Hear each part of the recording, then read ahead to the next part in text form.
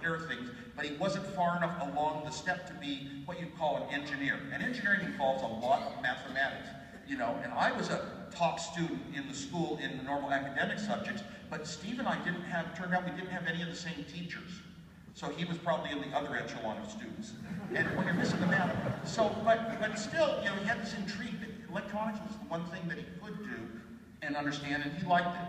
So we became very close friends. We talked about the world, and the world was changing a lot in the 60s. We had the counterculture movement in the Bay Area, and Steve was going to be kind of more or less, just young, had no money. He kind of didn't like his parents. He felt that they weren't intelligent enough for him or something, but he thought none of the teachers were intelligent enough for him either. And I was one of the rare students. I was a good student. I thought every teacher was so important in my entire life. This college, for example, I donated to them. They have a display. My own Apple I computer, you know, worth about $1 million. My own Apple II, my own Apple III. My own computers went to the school because I believe in giving back to the institutions that helped you get to where you are in life.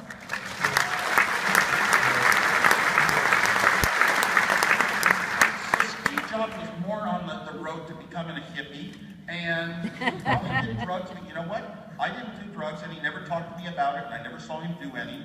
So, you know, he was very disrespectful in that way. It wasn't my thing. I made my own decisions of how I would get fun.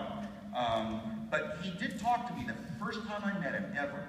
He talked to me how he and some friends at the high school had sat down with a camera and taken still pictures of clay figures, move the clay a little, take another picture, move the clay a little, take another picture.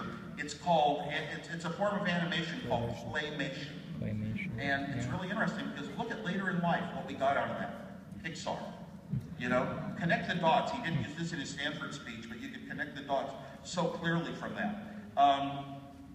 Right after I met Steve, I discovered an article describing a device, electronic device, and some engineers that wanted to make the phone company more perfect, but they knew its weaknesses. They explored, they found, you know, it's like when I was young, we would climb over the fence to get to that oak tree in Cupertino Junior High School that we wanted to climb and sit in. Fences didn't keep us out.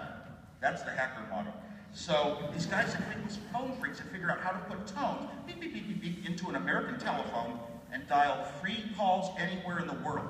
You could tell the calls to go by satellite, which countries to go through, and everything. You could make calls that went around the world and then talk into one phone and hear it in the other one a second later. Unbelievable stuff in this article. Captain Crunch was one of the big heroes. Captain Crunch. And he hadn't been caught by the FBI yet.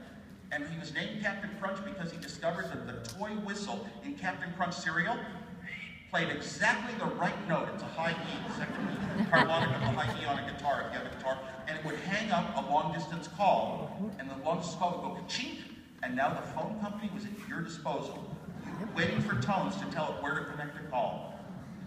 Amazing things. Well, this article was called an interesting story, so I thought it was fiction. I called Steve Jobs up halfway through the article because we shared our electronics interests, we shared interest in life, and we shared interest in music. I showed him all my Bob Dylan albums and showed him the liner notes so he could read them and see what this kind of vague writing and poetry was about. And we both decided that Bob Dylan wrote songs that had meaning to life. And Dylan and the Beatles had very pretty music, but it wasn't as significant, as important to us. I guess we were more serious. So when they show a movie and they have Jobs as Bob Dylan and me as Beatles, I really object to that. Jobs to me. So anyway, so we're going, so we make this, well, we have this little blue box idea. Oh, I was reading the story of Steve Jobs, and I said, it sounds too real. This sounds real. Ron Rosenblum was the investigative reporter, and everything in it was exactly real. We can prove if this is real or not. They gave a few mathematical, a few tones. What